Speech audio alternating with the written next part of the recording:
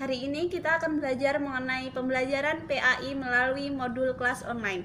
Nah, di sini salah satu kelas online yaitu e-learning. E-learning adalah sebuah proses pembelajaran berbasis elektronik. Menurut salah satu tokoh yaitu Chandrawati, e-learning adalah suatu proses pembelajaran jarak jauh dengan menggabungkan prinsip-prinsip di dalam proses pembelajaran dengan teknologi. Yaitu karakteristik e-learning secara umum. Di sini karakteristik e-learning ada 5 poin. Yang pertama, memanfaatkan jasa teknologi elektronik sehingga dapat memperoleh informasi dengan mudah dan cepat. Yang kedua, memanfaatkan media komputer. Nah, di sini seperti jaringan komputer ataupun digital media. Yang ketiga, menggunakan materi pembelajaran untuk dipelajari secara mandiri. Keempat, materi pembelajaran dapat disimpan di komputer sehingga materi tersebut dapat diakses kapanpun dan dimanapun. Yang kelima, memanfaatkan komputer untuk proses pembelajaran dan juga untuk mengetahui hasil kemajuan belajar. Kita akan belajar tentang fungsi e-learning. Nah, yang pertama, fungsi e-learning yaitu sebagai suplemen ataupun tambahan. Di sini artinya yaitu peserta didik bebas memilih untuk memanfaatkan atau tidak e-learning. Yang kedua yaitu fungsi e-learning sebagai komplemen atau pelengkap.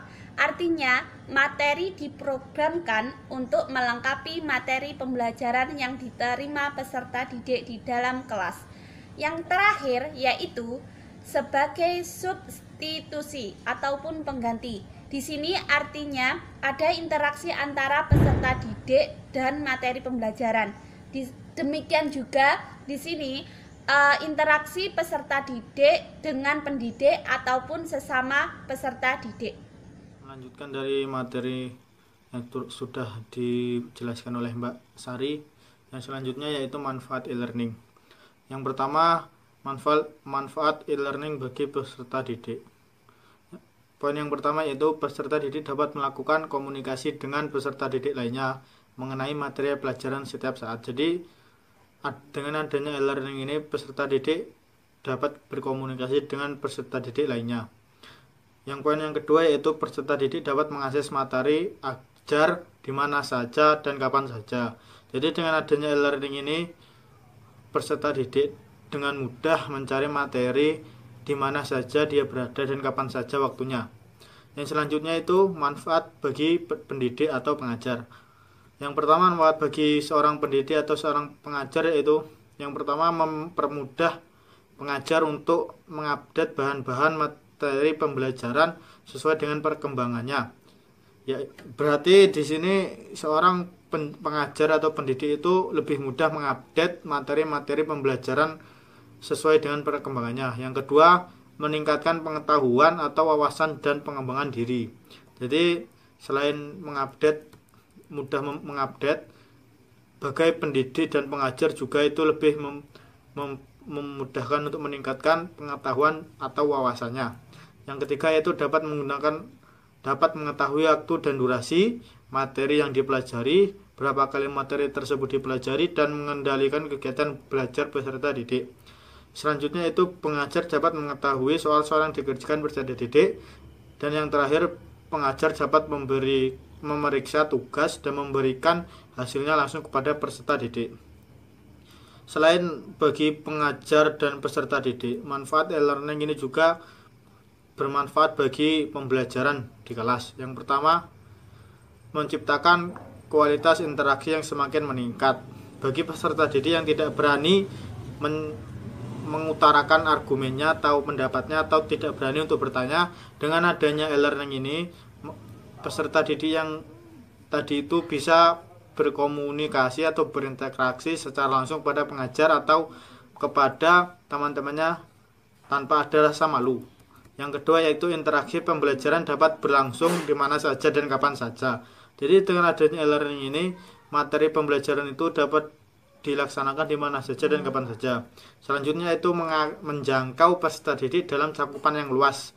Jadi dengan adanya e-learning ini jangkauan dari pembelajarannya itu luas, sangat luas. Selanjutnya itu mempermudah pembaruan dan menyimpan materi pembelajaran.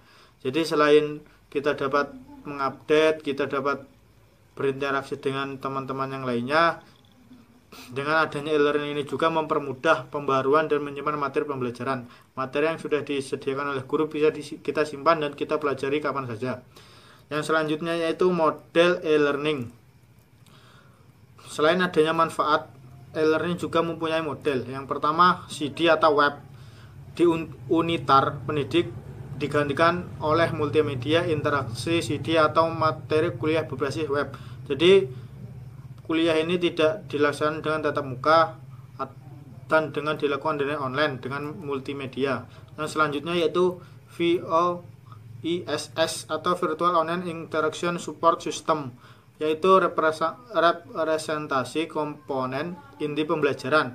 Sistem tersebut terdiri dari 10 model berbeda seperti kuliah berbasis web, forum diskusi, email, bulletin board, pengumuman tugas-tugas, kuis, jadwal, dan hasil ujian untuk setiap peserta didik.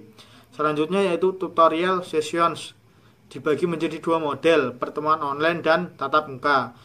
Pendidik bertemu secara langsung pada awalnya didefinisikan sebagai tempat untuk pertemuan tatap muka.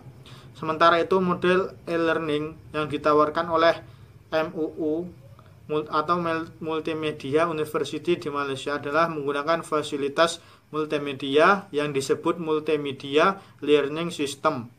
Fasilitas tersebut mempunyai tujuan. Yang pertama, peserta didik dapat mengakses secara multimedia materi kuliah dan tutorial yang berhubungan dengan mata kuliah secara yang mereka kontrak. Jadi dengan adanya multimedia ini, materi yang sudah disediakan oleh pendidik dapat diakses oleh peserta didik. Yang kedua yaitu adanya interaksi antara instruktur dan peserta didik. Yang ketiga, terdapat email baik di dalam atau di luar struktur perkuliahan. Yang keempat, adanya monitoring inteligensi performance dan kemajuan peserta didik. Yang selanjutnya itu adanya feedback antara instruktur dan peserta didik dan di antara peserta didik dalam proyek bersama. Yang terakhir yaitu penyerahan tugas dilakukan melalui file transfer atau file attachment. Jadi penugasan yang dilakukan itu berupa file atau file transfer atau file attachment. Sekian dari pembahasan saya, selanjutnya akan disambung oleh Mas Fauzan. Terima kasih. Warahmatullahi wabarakatuh. Di sini saya Fauzan Hakim Aziz mau menjelaskan mengenai tentang kelebihan dan kekurangan e-learning. Langsung saja, yang pertama yaitu kelebihan. Kelebihan yang pertama yaitu bisa mengatasi persoalan jarak. Contoh, seorang dosen itu pergi keluar kota, ada tugas.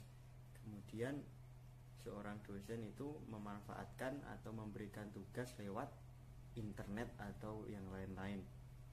Kemudian kelebihan yang kedua yaitu mendorong sifat aktif, belajar aktif, mendorong sifat belajar aktif.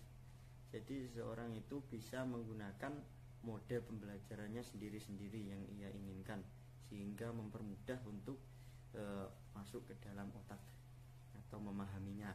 Kemudian yang C yaitu membangun suasana belajar baru. Maksudnya dari, kita beri contoh dari kasus corona sekarang ini, yaitu seseorang atau mahasiswa biasanya itu melakukan pembelajaran di dalam kelas. Nah, dengan adanya musibah atau bala corona ini, siswa diberi kesempatan untuk memperoleh pembelajaran baru seperti e-learning, seperti online. Saya membuat video ini dan orang-orang lain membuat video seperti itu. Kemudian yang keempat yaitu mendorong tumbuhnya sikap kerjasama. Dari e-learning ini juga bisa menimbulkan sifat kerjasama antara seorang pelajar atau mahasiswa. Kemudian yang E yaitu meningkatkan kesempatan belajar lebih. Jadi saya beri contoh, umpamanya seorang dosen memberikan tugas lewat Google Classroom umpamanya. Di dalam Google Classroom itu diterangkan bahwasanya seperti ini. Dalam pembuatan latar belakang nanti harus disertakan seperti ini, seperti ini.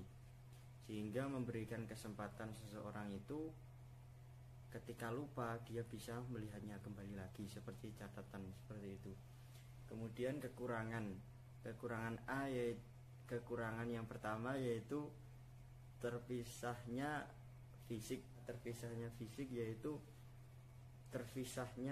fisik antara seorang guru dan seorang murid, sehingga tidak terjadi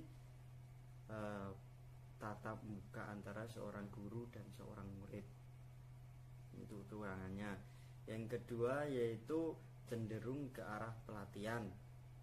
Contohnya seperti seseorang dosen memberikan tugas mengenai tentang latar belakang, padahal sebelumnya belum diberikan contoh atau yang lain mengenai pembuatan latar belakang, sehingga siswa itu mau tidak mau harus menuruti apa yang menjadi tugas dari dosen tersebut, meskipun dikerjakan sebisanya. Yang ketiga yaitu keterbatasan software. Keterbatasan software maksudnya tidak semua orang itu bisa mengakses atau memiliki elektronik yang sama. Contoh seperti seorang yang masih kekurangan, sehingga untuk membeli sebuah gadget atau yang lain itu sangat sulit, sehingga itu mengakibatkan dia tidak bisa mengakses software yang diberikan oleh seorang dosen. Yang D yaitu kurang terampil dalam mengoperasikan internet atau elektronik yang lainnya. Mungkin itu dari kelebihan dan kekurangan dari e-learning. Kemudian